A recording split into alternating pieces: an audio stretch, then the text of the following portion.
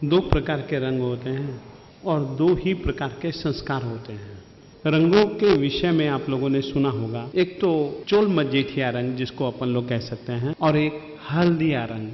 चोल मजीठिया रंग उसके विषय में कहा जाता है कि कैसे भी धोवो वो मिटने वाला नहीं, हल्का होने वाला नहीं, जैसा है वैसा का वैसा ही रहता है। यहां तक कि यदि तुम उसको जला दोगे ना तो कपड़ा तो नहीं रहेगा मगर रंग रह जाएगा, भस्मी के रूप में रंग रह जाएगा। एक ऐसी किस्म का भी रंग होता है और एक सामान्यतया हल्दिया रंग जिसको कहते हैं वैसा भी रंग होता है।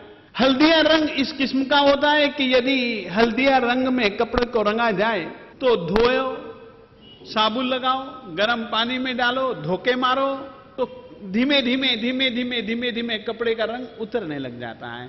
संस्कार भी दो तरीके के होते हैं।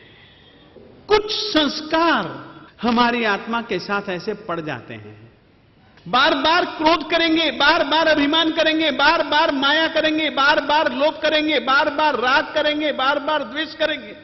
इससे क्या होता है कि वही का वही संस्कार अपनी आत्मा पर दृढ़ता से जुड़ जाता है। फिर जब हम मर जाते हैं तो वो अपने साथ में जाता है। ऐसे क्रोध को, ऐसे मान को, ऐसी माया को, ऐसे लोभ को पता है क्या कहा जाता है? फिर से कह देना चाहता हूं, देखो ये मैं कर्म के ही विज्ञान को लेकर के तुमसे बात कर रहा हूं। कभी कभी हम अपने आत्मा के साथ इस जीवन में ऐसा क्रोध, ऐसा मान, ऐसी माया, ऐसा लोभ, ऐसा राग, ऐसा द्वेष, ऐसा वैर, ऐसी दोस्ती, संस्कार हमारी आत्मा में हम इतने दृढ़ कर चुके होते हैं। संस्कारों में दृढ़ता कैसे आती है ये भी आप लोगों को मैं कह देना चाहता हूं, क्योंकि हमें इन सब चीजों से छूटना है, हमें इन चीजों से मुक्त होना है। वो मुक्ति भी इसी प्रकार के संस्कारों को क्षीण करने से, ऐसे संस्कारों को मंद करने से वो मुक्ति अपने नजदीक हो सकती है। अन्यथा मुक्ति का नजदीक होना बहुत कठिन काम है।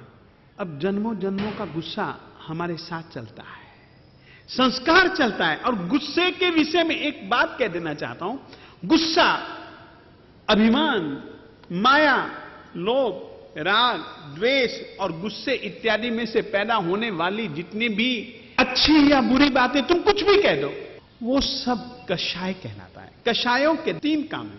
दो तरीके से हमको ये कषाय है ये दिखता है। तुम्हारे में कषाय है इसकी जानकारी केवल दो चीजों से मिलती है। दो चीजें, एक तो कषाय क्रोध, मान, माया, लोभ, दूसरा काम, काम गुण। काम गुण किसको कहते हैं? सुनना, देखना, सूंघना, रखना, पांचों इंद्रियों के विषय। अब पांचों इंद्रियों के विषयों में आसक्ति कषायों के कारण से भी होती है, मोह के कारण से भी होता है। और याद रखिएगा, जब तक कि काम गुण से मतलब समझ करके चलो, शब्द, रूप, गंध, रस, स्पर्श, इन पांच विषयों के प्रति आसक्ति कम नहीं होगी और जब तक कषाय मंद नहीं होंगे तब तक जन्म मरण की परंपरा का अंत मुश्किल है। काम गुण को और कषायों को कम करना ही संसार को कम करना है। और याद रखिए, ये विषय ऐसे हैं, ये संस्कार ऐसे हैं कि उसी को पैदा करते हैं। और ये चीजें क्या करते हैं? मैंने तुम लोगों को एक चीज बतलाई थी पिछले दिनों में।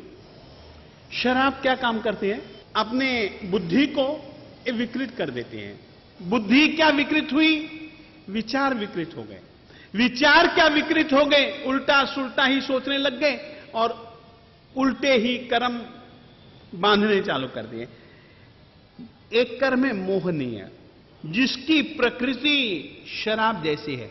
हमारे पूर्वाचार्यों ने मोहनीय कर्म को मद्य यानी कि शराब पीने से जैसे हमारी बुद्धि, विचार उल्टे सुल्टे हो जाते हैं, वैसे ही मोहनीय कर्म जो है हमारी आत्मा का जो सद असद का जो विवेक है उस विवेक को दूर कर देता है, हमें भ्रमित कर देता है। तुम लोगों ने देखा, क्रोध में आदमी अधिकतर भ्रमित होता है। क्रोध में, मान में, माया और लोभ से आदमी भ्रमित होता है। जीने के लिए 3 करोड़ भी पर्याप्त हो जाएंगे तुम्हारे लिए। मगर अगर लोभ का चक्कर पड़ गया ना, तो 30 करोड़, और 30 करोड़ नहीं 300 करोड़ चाहिए, उससे भी तुम्हारा पेट नहीं भरेगा। उल्टी पट्टी पर लाने वाला कौन? लोभ। और यही संस्कार प्रगाढ़ होगा, जितना प्रगाढ़ होगा उतना जन्म मरण का चक्कर बढ़ता जाएगा।